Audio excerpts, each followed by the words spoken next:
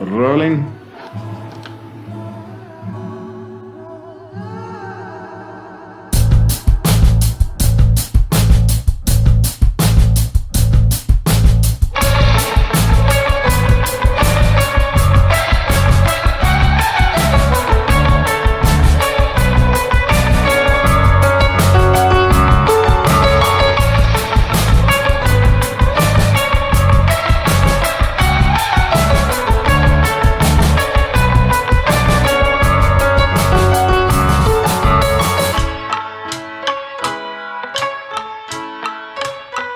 People of the world, welcome back to another episode of the Catch the Sky podcast. This is your host, Sweet Tea. With me is Safe, and this week's episode could be the one that puts us on the map. Safe managed to land our first international guest. You want to fill us in a little bit more on what that's all about? We're going global on the Catch the Sky podcast. We're not just trying to catch the sky, but we are trying to catch everything in between that and the core of the earth. And this week, we're hitting on some environmental issues, which is a break from the lowbrow humor that you've become accustomed to. But here's the thing. T and I, we're basically scientists. We have the same degree. We've watched more YouTube videos than you, and we have plenty. No.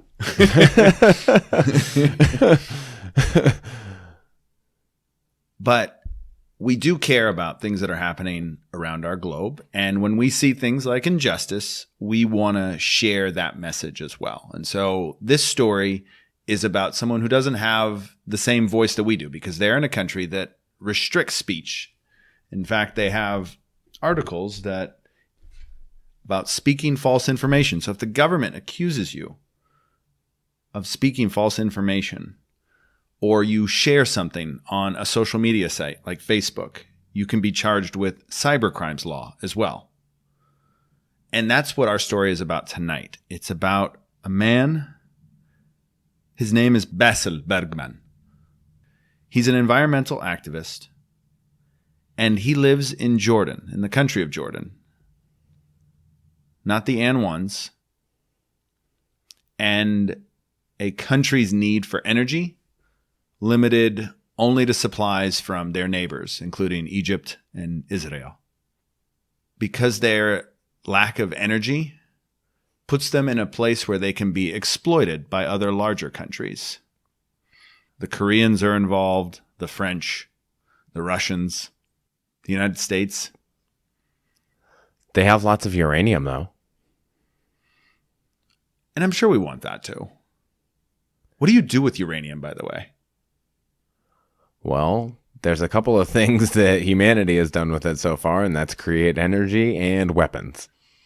So Jordan is the fourth water-poorest country in the world. Because of that, it gives you pause to wonder why nuclear energy, which is reliant on water, is something that Jordan would pursue. And what you'll hear tonight from Basel is the wealthy nations no longer wanting nuclear energy because of Fukushima, because of 3 Mile Island, because of an abundant access to other materials and resources. So nuclear energy is now being exploited for gain, going after countries who don't have the financial means and the resources. And as a result, nuclear facilities are being propped up in poor communities with the promise of economic prosperity. But really, this is just exploitation. At the end of the day, the purpose of these nuclear companies is to exploit us. Energy should be a right all across the world. It should be readily accessible. It should be easy to find. It shouldn't be an oasis.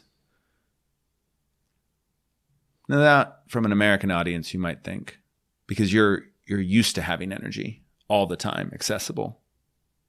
You've never had multiple blackouts. You've never had generator facilities that aren't working or are blown up by the country's military. Sometimes we blow other people's generators. And so this story really is a David Goliath tale. And through my network of activists, of people who care about larger global issues, I was connected with Basel, and he permitted me to share his story. And I'm honored for that. And I really appreciate this opportunity to share with the world this interview. He's been an environmentalist since he was a child, and he would visit the countryside, and he used to swim in the river and drink from the river, and then the factories in Zadak began to pollute the river and contaminate it, and now you can't even put your finger in it. It's that polluted. It's that disgusting. And that is exactly what will happen if this nuclear power plant goes up. In addition, the safety of the facility is in question. I'm not happy with any of this, by the way, T. I don't think anybody should be happy about it. I think the only thing that we should be happy about is that we're shining a light on it. Let me give a proper introduction to what we're going to hear tonight. Basel Burgan is an environmental activist living in Amman, Jordan. And his sharing of a Facebook post that contained a report from a whistleblower who revealed that the nuclear reactor facility being constructed at the Jordan University of Science and Technology had leaks. And by Basel sharing this on Facebook, his country is now prosecuting him, and they have more financial means than he does. Behind them are the Jordanian Atomic Energy Association that has a budget of $22 million that they can push away to public relations campaigns and good news stories to tell you that everything they're doing is A-okay. But in reality, there's the health and safety is at risk of this community. If a nuclear facility is not done properly and it explodes and it cracks and it leaks and it breaks, if it does any of that, that community is contaminated forever. And no one is going to take care of them. No different than we didn't take care of Hurricane Katrina victims. No different than we didn't when we didn't take care of. No different than when we didn't take of. No different than we would when. No different than when we didn't take care of Hurricane Katrina survivors. Do I leave all that in there? I mean, like, You should. Jesus Christ. I didn't know how long to let you struggle with that. Holy fucking shit. Unique New York. Oh my God. Wow, dude. Holy shit. That was good though. No, keep all that in. let's keep rolling. With that being said, Yeah, go ahead, T. Say something. with that being said, I'm looking forward to this interview. I haven't listened to it yet myself, so this is going to be a surprise to me just as much as it's going to be to some of our listeners. I should share that we were on speakerphone, and the audio quality will reflect that. That's all right. We've worked with worse here on the Catch the Sky podcast. You people should have heard the fucking conspiracy theorist episode when it first came out. It was terrible. Do you want to tell them about your computer situation tonight? No. My computer's from 2009. That's all you need to know. So with that being said, let's roll the tape. Let's roll. For the past, few years, 3-4 years, and was concentrating back on reviving my business because I have a medical supplies company. And eventually, very rarely, I would do something, I write something, or I, even open up Facebook. Now, this person who's, like you read in the article, who was a consultant with them, Dr. Gubain, who works in a nuclear reactor in New Jersey, came out live on Facebook, and he said, and I have this document, and this document shows that there's cracks in the research reactor that was built in the north of Jordan, and he said it's leaking radiation. So I just shared what he said, and I said, if this is, what he's saying, and if it is leaking a lot of radiation, high radiation, so it's a problem. Because we know that all power plants, they leak. You cannot contain a nuclear reactor as if it is on the moon. It's impossible to contain it. There has to be some, communication or interaction between the internal parts of the reactor and the outside world. Even if you have some kind of highly fantastic, produced air circulation system, but still, nothing is 100% perfect in the world. And I shared a part in a book. I wrote a part in a book that was my focus is to prove about nuclear reactors around the world that raised the percentage of cancers in infants or in adults without any accidents or leakages or whatever. So that is an indication that a nuclear reactor does have problems and increases cancers even without an accident, meaning there is leakage, right, some way or another. So basically, I shared it, and 2 days after the Jordan Atomic Energy Commission came out with a press release saying this is not a leak, this was a test of containment of the reactor, whereby the test failed and they found a lot of air exit, holes or cracks or whatever, defects in the construction. It was built by a Korean contractor called Kepco. So eventually, I canceled my post and I said, thanks God, this was not a leak report. This was basically a test. And I deleted the first post that I put. But it seems within the 2 days, they already took a screenshot. They found a law case against me. And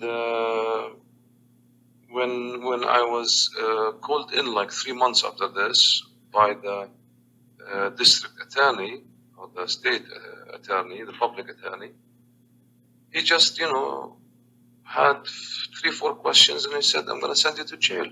I said, wow. Why? Because that's it. It's my decision. So he did send me to jail eventually. Wow. And I think the intention was a long-term jail sentence, but luckily there was some good reaction of politicians and activists, and secured my exit from jail after 1 week only. If I didn't have any reaction, I probably have spent at least a month or 2 in prison. Wow. But of course now, after I came out on a bail of $7,000. And I'm supposed to stand in front of my trial, and I stood in front of my trial. And my trial was amazing because the Jordanian Atomic Energy Commission witnesses that came in, they testified in court that they had an incident with iodine, radioactive iodine I-131, that was not clear how they cleaned that incident or how they reacted to it, how massive it was, how big it was. The commissioner said it was a very tiny, small incident. Now, we don't know what is tiny in the respect. There was no measurements at all, and the judge was not, cooperative, and he said, this is not a proof. This is something like, what's the word he used? Qareen, I can't remember what's. But for him, it was not a proof. To me, it was a proof. There was some radiation. There was some problem. Evidence. Yeah. and we don't know. Maybe they have cleaned the problem through the sewage. God knows. Now, when I was hearing how the judge was reacting, I was not happy at all, and I said, "This is it. This is not correct." Right. So basically, I still stand in front of trial. I still have 3 of the witnesses of the Atomic Energy Commission, and one of them which will be the director, who despised me by heart. And at one time, he was a minister of energy, this director, and then leaked a recording of him cursing and saying he's a donkey and the son of a donkey. Right. He's a garbage man and the son of a garbage man. And from the recording that leaked back then, I was able to recognize that he was cursing me personally, because he stated in that recording that what if we spend, $7.5 million on studies, on location studies. And I was the only one back then to write an article for the press saying that they spend $7 million as a waste when they're studying the location in Aqaba, because Aqaba sits on a default line of earthquakes and seismic activity, and they should have informed us. We would have given them our geography books of grade 4 to tell them that Aqaba is on a seismic fault line. And now some people sued this guy, Dr. Toukan, and he managed in court to bring in an expert of analyzing voices, who testified in court that this is not the voice of Dr. Toukan. Though if you hear it, if anybody hears it, who knows him or heard them on TV or radio, that's his voice. But a witness came in, who was an expert. He said, "Oh, it's not his voice. It's the voice of Bruce Springsteen or God knows what." Okay. Of Elvis Presley, maybe. Yeah, sure. Yeah. So the case was dropped, and he was, not guilty, basically. And this guy eventually despised me. So he started the slow case, and he's pushing him as an ex-minister of energy. He has a lot of strings. He's pulling these strings. And I have no strings. I'm an activist, right, who opposed, some of the energy. I read a lot. I'm not an energy engineer. I read a lot. I read a lot for 10 years about, nuclear energy and about renewable energy. So I became a little bit knowledgeable, and that's what I was basing all my scientific approach to this issue. Now, is there any corruption behind it? I mean, I'm not the person to talk about this. It's not me to decide. It's the government who should decide. It's the government who should look into accounts and who's behind this guy and who's behind the project. It's not, my job. But I focused our opposition basically to the scientific issues ranging from the legality, the economics, which one of the funniest thing of the economics, that we said, even the IAEA, the International Atomic Agency in Energy Agency in Austria, in Vienna, has guidelines, and these guidelines have said very clearly that any country wants to go into the nuclear club should have a feasibility study. And I've said this in every single radio or TV talk, that anybody who wants to build a chicken coop and raise some chickens will do a feasibility and will calculate how much, feed or antibiotics or heating or whatever you need, and how much how many eggs they're going to produce. And this is crazy that till today we have not seen a feasibility being published for this project, that they have spent hundreds of billions on it, hundreds of millions, maybe now reaching maybe, up to $500 million US dollars. They built a research reactor, which cost us 170 million US dollars in cash payments and in loans, long-term loans that we still have to pay. And this is the research reactor that, we had the issue about, and that's what the document came about. And as I said, I'm still facing trial. So God knows where it's going to end. And if it ends not in my favor, I will have to go into prison for between 6 months to 2 years. You're free right now. I'm free right now, and basically, we still have to hear the state witnesses or the Jordanian Atomic Energy Commission witnesses, and still then I have to present my witnesses, and then the judge will take his court ruling, and I still have, as per Jordanian law, the right to appeal it. Okay. I can appeal, and then it's go to, I think, 2 judges or 3. I'm not sure. But basically, I'm released on bail, and God knows. Now, in Jordan, there is many people who are just put in prisons, and that is basically the cyber law. The cyber law, that has been opposed by many activists and lawyers, and the lawyer syndicate is still a law. And they say you have broke the law. And I think even if you put a like, to a message of somebody, they can pull you in and say, oh, you put a like, so you support.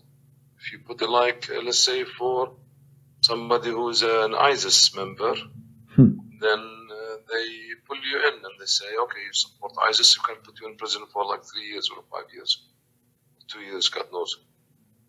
So yes, I'm still free, and I'm still, fighting this in courts, in the Jordanian courts.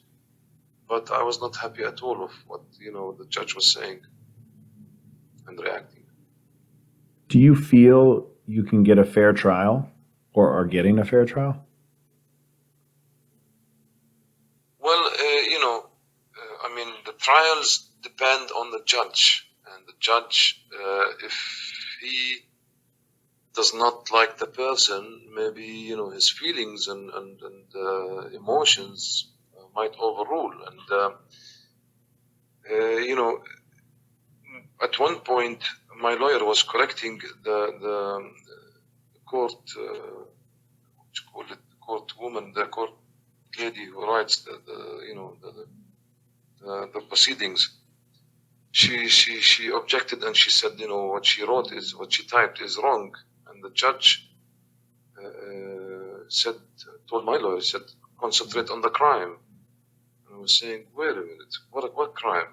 I'm innocent until proven guilty. Isn't that the global, what every single judge should say? I'm not a criminal until I'm proven as a criminal. But the way he reacted made my lawyer immediately say, Your Honor, what do you mean crime? Did you take a decision and you think this is a crime and my he's guilty? So the judge became furious and he started shouting and said, don't put words in my mouth. And he was very upset. But he made a mistake saying, concentrate on the crime. Right. What do you mean a crime? It's not a crime. Concentrate on the case, concentrate on the events, concentrate on the witness, but not concentrate on the crime. So it was a Freudian mistake that he stated. And I, Freudian slip, yeah. I don't know what's in his mind, but I didn't like it. I totally did not like it. So you think we have a situation where Western countries, Western European countries, are saying no to nuclear because they know the dangers and they're trying to become more renewable. And now the nuclear industrial complex, I don't know how to describe these agencies now, they're trying to persuade smaller governments, other countries, that this is a good thing for them. So they can join the nuclear club. Yes. And it would give them credibility or something. It's a kind of a lobby, basically, that is in the world. It's a cartel, in other words. I mean, it's like, the cartel of OPEC, how these, different countries that despise each other between Saudi and Iran, or between Venezuela and UAE or Qatar or whatever, Kuwait. It's a cartel. That this cartel, basically, it's a nuclear cartel, and they, the way they survive is basically when they have new projects and new countries that comes in. I'm sure you have, and I hope that you did. They have read Confessions of an Economic Hitman. If you haven't, I highly recommend this book that you read it. Okay. But basically, yes, this is a lobby, and it's a corrupt lobby, and God knows what they do, how much money they pay on the tables, how they play around with governments, with leaders, with whatever, with rulers, with tyrants. I mean, it's a cartel. Yeah. And the two biggest of them, basically, there is Rosatom in Russia, and this is owned by the Russian government. And there is Areva, which is French, and it's owned by the French government. And for example, Areva employs 48,000 employees, French people. So they have, the French government has to make the company successful. And, they have to, and for the record, I mean, Areva, for example, between, for the last 10 years, the shares has dropped drastically. I think, constantly every year, the value of the shares, simply because they're losing, grounds all over the world. And even uranium prices, international prices, reached at one time $120 a pound, now dropped to $25 a pound because there is no interest in nuclear anymore. So it's a failing industry. GE has, not GE, which one? Siemens came out and declared that they cancelled completely the nuclear part of their, industries and whatever. And eventually, the ones who are left are just dying to, basically, to have projects. And ultimately to exploit Jordan, and which is the money, you said almost $500 million, could have been used for renewable energy and infrastructure and healthcare and education. And exactly. Well, most important is, they could have built, I mean, we have 80% of Jordan that is, rocky desert, and it could have been filled with projects, and it could be a hybrid project with combining, wind and solar. So yes, unfortunately, the money has been spent on studies, and God have you, and salaries, and trips. And what's the benefit? They built this research reactor. Again, I opposed it. I refused it from the beginning, and I negated. I said there is no benefit out of it. Even if they established a nuclear engineering school, they could have sent the students, these kids, to Poland or to anywhere for 3 months summer break to get their exposure to nuclear reactors, and it will be much cheaper. It will cost for 30 years less than $30 million, sending these kids to get their education and experience inside nuclear reactors, then being committed to 170 million. And this was and just a simple economical calculation, which of course they did not like me stating that, and insisted that this is an important pillar of the project. The project had 3 pillars basically: the uranium excavation and mining, which also failed because the 3 companies that they brought in and contracted found uranium in Jordan to be less than waste. It's like a very low concentration. That's not feasible to mine it. Mining it will cost much higher than its prices. Basically, the uranium mining failed, and they failed to bring any investors. So they reacted by creating a Jordanian uranium mining company, which has not done nothing, of course. And then the second pillar is, creating the nuclear engineering school with a research reactor. Nuclear engineering kids are, to me, they're very unfortunate because there is no jobs for them. I don't know if the school's still graduating, and I don't know how many per year, but I feel sorry for them because they have nowhere to go.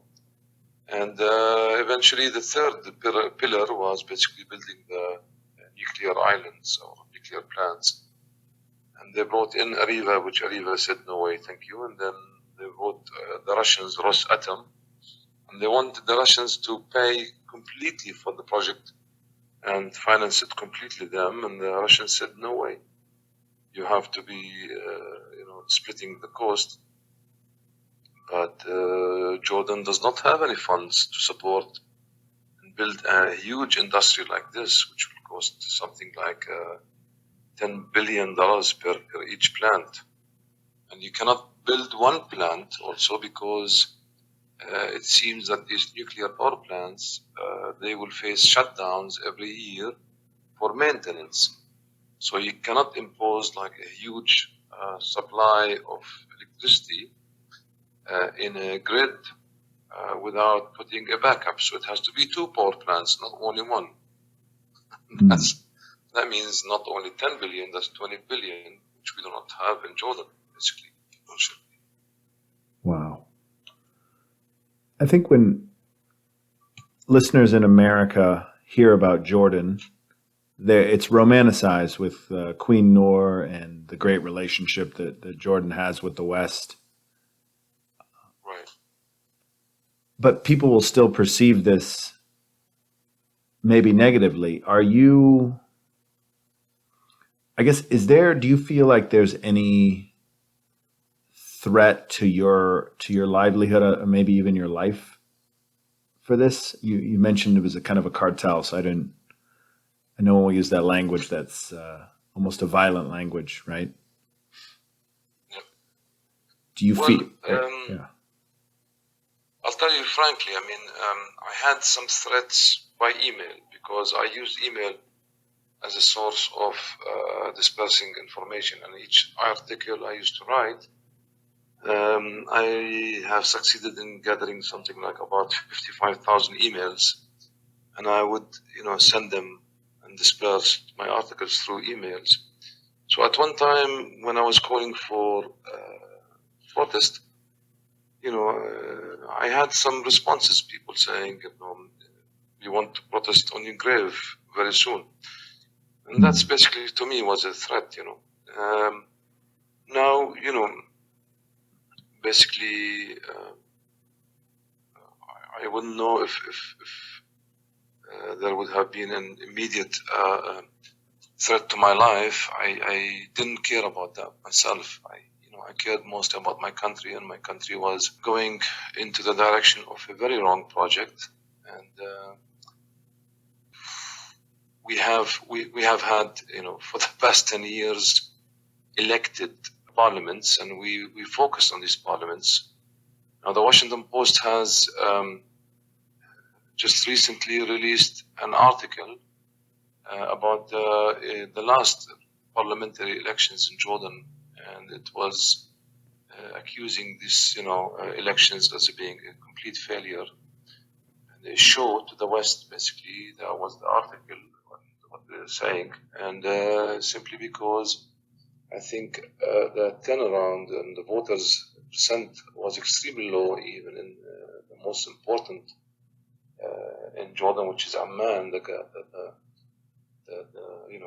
capital. I don't think it reached more than 14, 15 or 50% of the population of Amman, which is half of Jordan.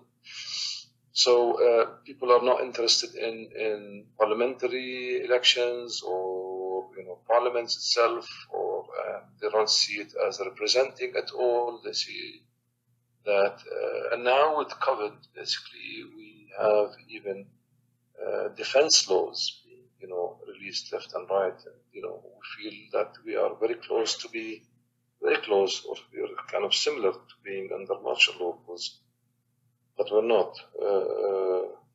But so eventually, I felt that there could be something towards my life, but I eventually saw that this was something that should not happen in Jordan. That's why I opposed it and went on and on for years. Yeah.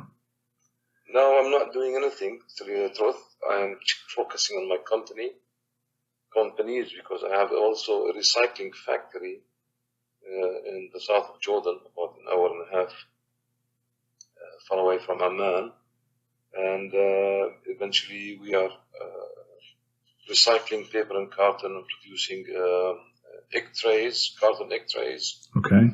And we are, we have problems. Everybody has problems, in businesses at this point.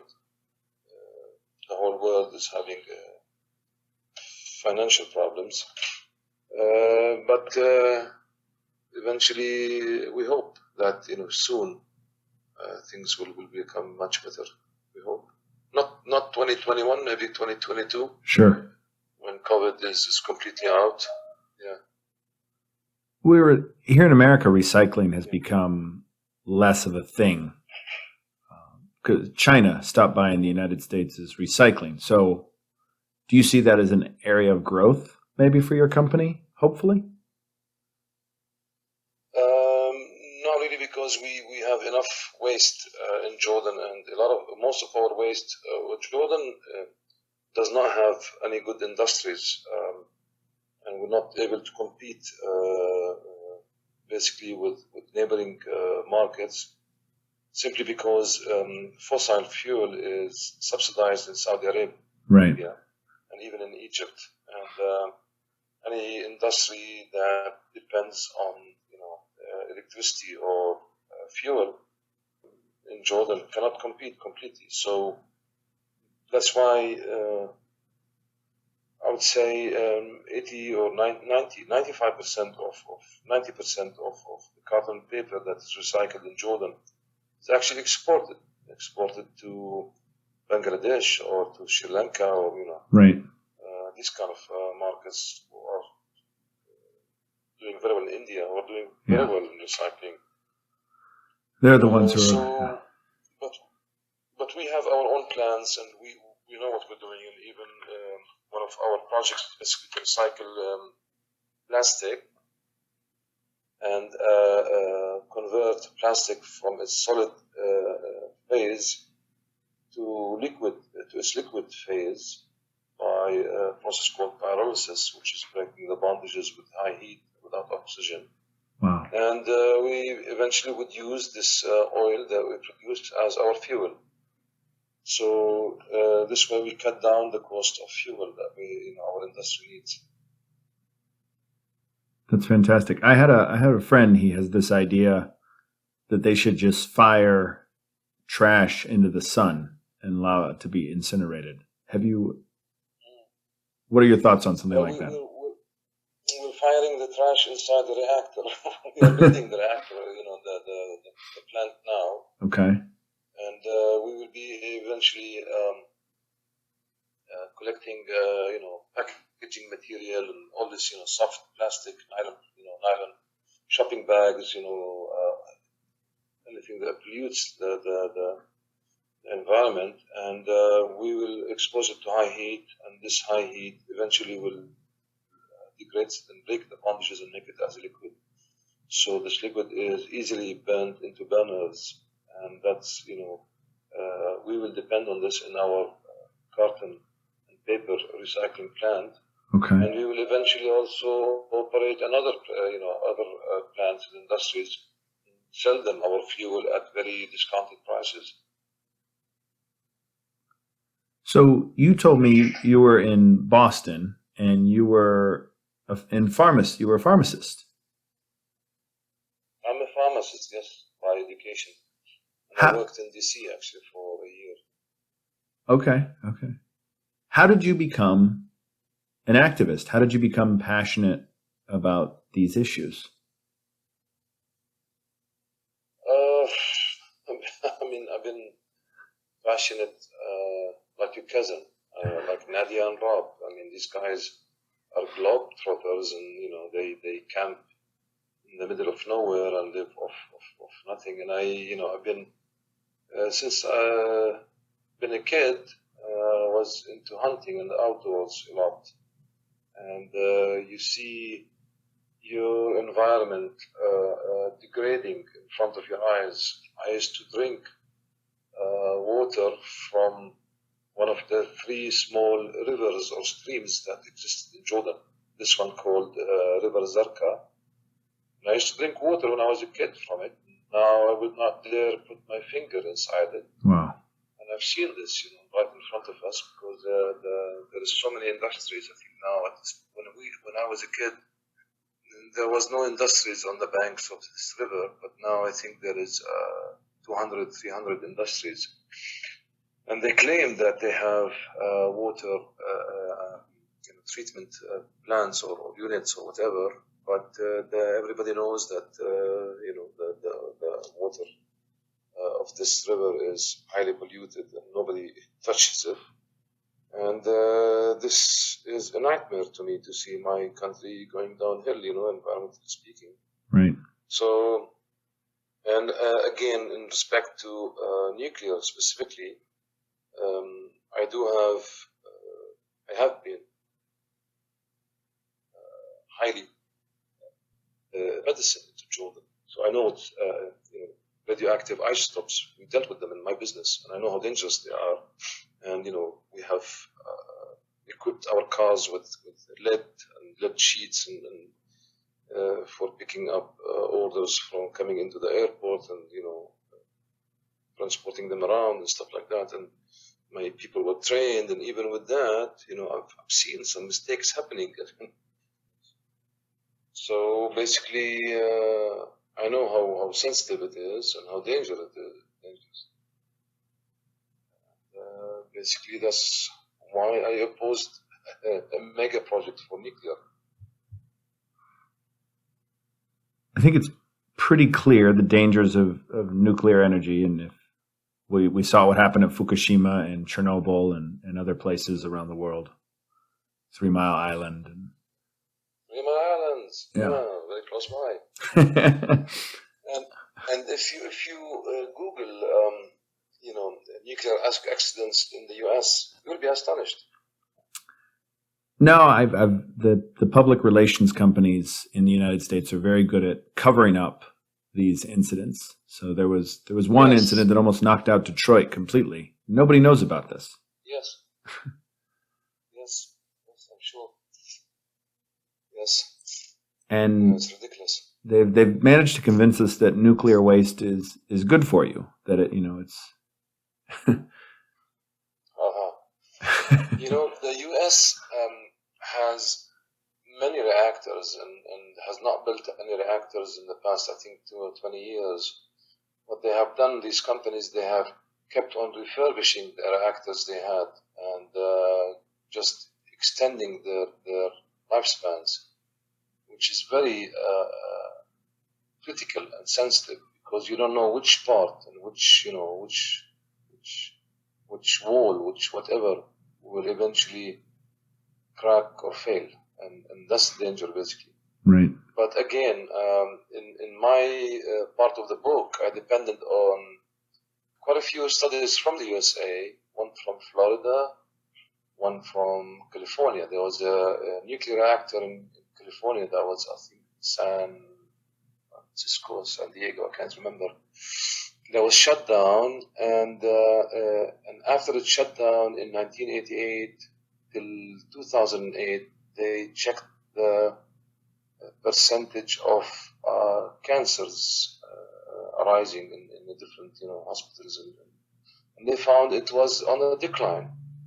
Though we are anywhere in the world, it's always in the incline and increasing, except when they shut down this reactor in this specific area in California, and then it became cleaner and less cancer cases registered. So it's in the US and everywhere in the world, and the developed world, that dependent on nuclear industry, they have problems. But like you said, they have the money, right? And they have the public relations, and they have the media and everything, and all the resources.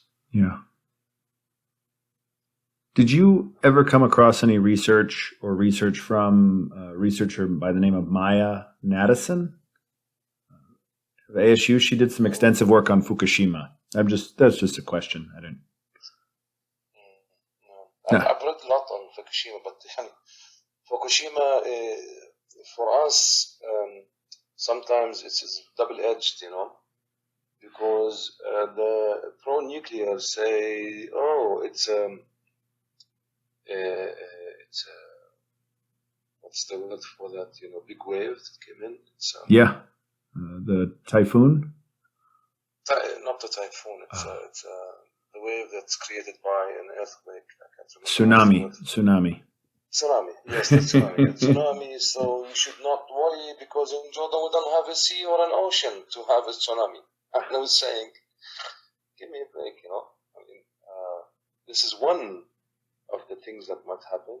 Hundreds and thousands of things might happen.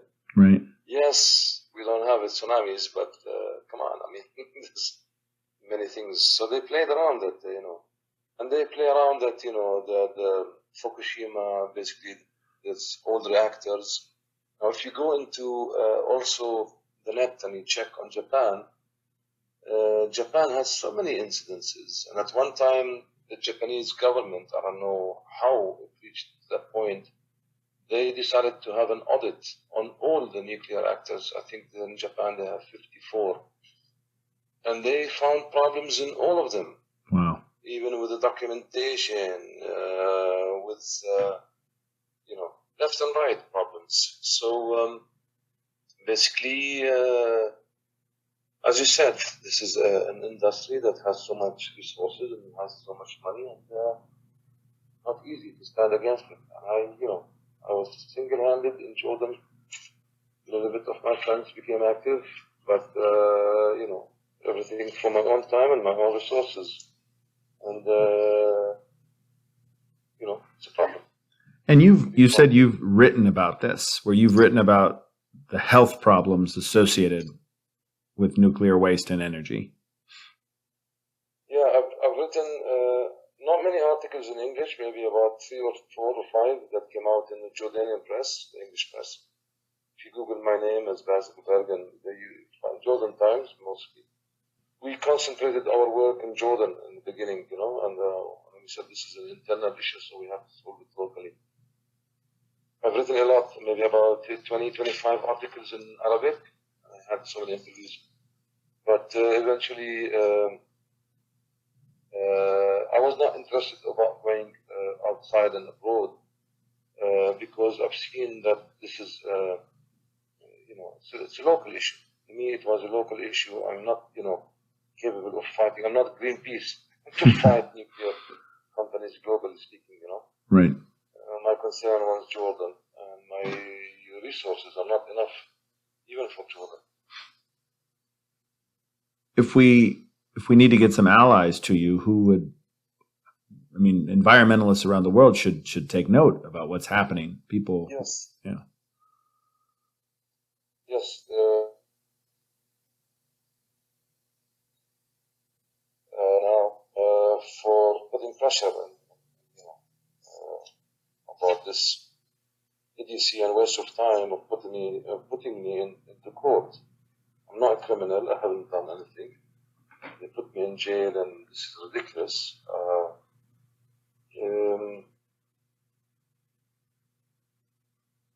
Basel, what's a message you have? What's a message you have? Basically, well, I have done nothing. My message is, I have done nothing. I shared somebody his document, and basically, I have done nothing. And they should drop this case. They should drop this case immediately. Waste of time of the courts, the legal system, and it's waste of my time. And explain this document again. You were sharing information that was. Yes, the document was basically a test report. It was a report that was leaked by a member of by a member of the Jordanian Atomic Energy Commission, that he leaked it to the sky in the USA, and the document was basically a report about a test to contain the reactor, and the way to check the containment of the reactor, and the way they do it, they pressurize the reactor. So eventually, inside the reactor, it becomes a negative pressure, and outside it's a neutral pressure, and they see how much they lose the pressure, the negative pressure inside the reactor, and the fast it loses the pressure means there is air leaking inside. That means when they have a problem inside, these leaks, these holes, will be the way for radiation to leak out. So basically, this document, which was cleared by the end, was a test, and it said the test failed. Now, this consultant who shared it, this guy who shared it on the net, basically was working with them as a consultant, and I didn't know that he was. He finished his work. I know that he works with the Atomic Energy Commission as a consultant, and I didn't know at that minute when he shared it that he was outside, and he left them, and he had a fight with them because he himself, it seems, he protested several times about the wrong procedures that they have been working by in Jordan. And so what I have done is I shared the document that he released it, and I said, this is the document, shared by this engineer who's, a consultant to the Atomic Energy Commission and who's living in New Jersey. And if, the radiation that he stated is leaking is high, then we have a problem. That's all what I shared. Right. That's all what I stated. And they put me in prison for that. Is he on trial, this gentleman? Yes, he is. He's a Jordanian, but he's a Jordanian American. He's in New Jersey. He's also on my trial, and, but he's in the US, and he's not coming back to Jordan. He's reaching his retirement soon. Okay. From his photos on the net. So basically, they were. Hello. Okay. I don't know if you have to go. If that's okay if you do. Okay. Saif, I have to go. I'm sorry. They have some people coming. Basel, it was a pleasure to just thank you for your time, and with your permission, I'd like to maybe speak to you again. Maybe we can. Sure. Yeah. And I'd like to find a way to get this message out on your behalf and share it on the podcast. So thank you for your time. You take care. All right. Bye. And that was my interview with Basel Burgan. He was introduced to me by my cousin, and this gentleman he was able to leak information about about a leak at a Jordanian nuclear reactor. So Basel Burgan, I just spoke with Basel Burgan, who's a whistleblower, and now he may go to jail for leaking information about a public health and safety issue, that there is a nuclear reactor that possibly could harm the people of Jordan, and he's trying to let the people know that, and the government is trying to keep it secret. It seems, at least that's the short end of the story. I'm sure there's multiple accounts, multiple versions, multiple variations of this, but this is a version of the story that I think is very disconcerting. And so if it again, anytime you're hiding issues of public health and public safety that could be a risk, especially a nuclear reactor, then I think that is something that deserves our attention. And so I hope you've enjoyed learning a little bit more about things that are happening not only in our community. Our community is global. We have access to news and information and people all around the world. There's really no excuse for not recognizing how these things impact us all. And so this is all part of our community. Our community is local, but it is also global, and this is our global local community. So something that could happen in a country like Jordan, thousands, millions of people can be affected. And I think we should take heed and be aware of this. I think there's a lack of attention paid by those living in Jordan. Basel mentioned that the parliamentary doesn't have a very strong support. So less than 50% of the people voted, according to he mentioned a Washington Post article. And as a result, the people have become apathetic and ultimately don't care. And potentially their health is at risk on account of people who seek solely to make profit over people. And I think that's what we're hearing about all throughout the United States, all throughout the world. This is a narrative that is consistent, where ultimate power corrupts, finance corrupts. So I want to thank you for listening to this special podcast about issues impacting the country of Jordan and their health, their safety. A gentleman who is a whistleblower, he's on trial right now, risking his life, risking his livelihood, potentially risking his own safety, his family's safety. And he was able to come on and share that message with us. So we do appreciate that. So wherever you are in the world, we're Catch the Sky on Facebook, on Instagram, on Twitter, CTS Terry. And we hope that we can continue to catch the sky and it doesn't blow up in a nuclear holocaust. Well, that was eye-opening. And I appreciate you acquiring that interview. You did that completely unprompted and just dumped that into my inbox. It was urgent. It was the only time that I was going to get that opportunity. And so there is a call to action here. We actually want your help here on the Catch the Sky podcast. We want you to help put public pressure on the country of Jordan and help get Basel Burgan free from these charges, from these threats to imprison somebody who's just trying to save his community. He doesn't want his children poisoned. I don't think that's too much to ask. So individuals like you, non-governmental organizations, anything like that, are asked to please write to the Jordanian Prime Minister's office to express concern over this prosecution of Basel Burgan and demand that the charges be dismissed. You can write email. It's a simple email, info@pm.gov.jo. There's a fax number, because they still use faxes, 962-646-425-20, or by postal mail, which is the Prime Ministry of Jordan, P.O. Box 80, Amman 11180, country of Jordan. We're going to share all this on our website, but maybe you're the type that likes to take notes. All right, class dismissed. Go change the world, people. Thank you for joining us on this quest. You may interact with us on Twitter @CTSTerry or on Facebook and Instagram by searching for the Catch the Sky podcast. Be sure to like and share with your friends. And until next week, keep trying to catch the sky.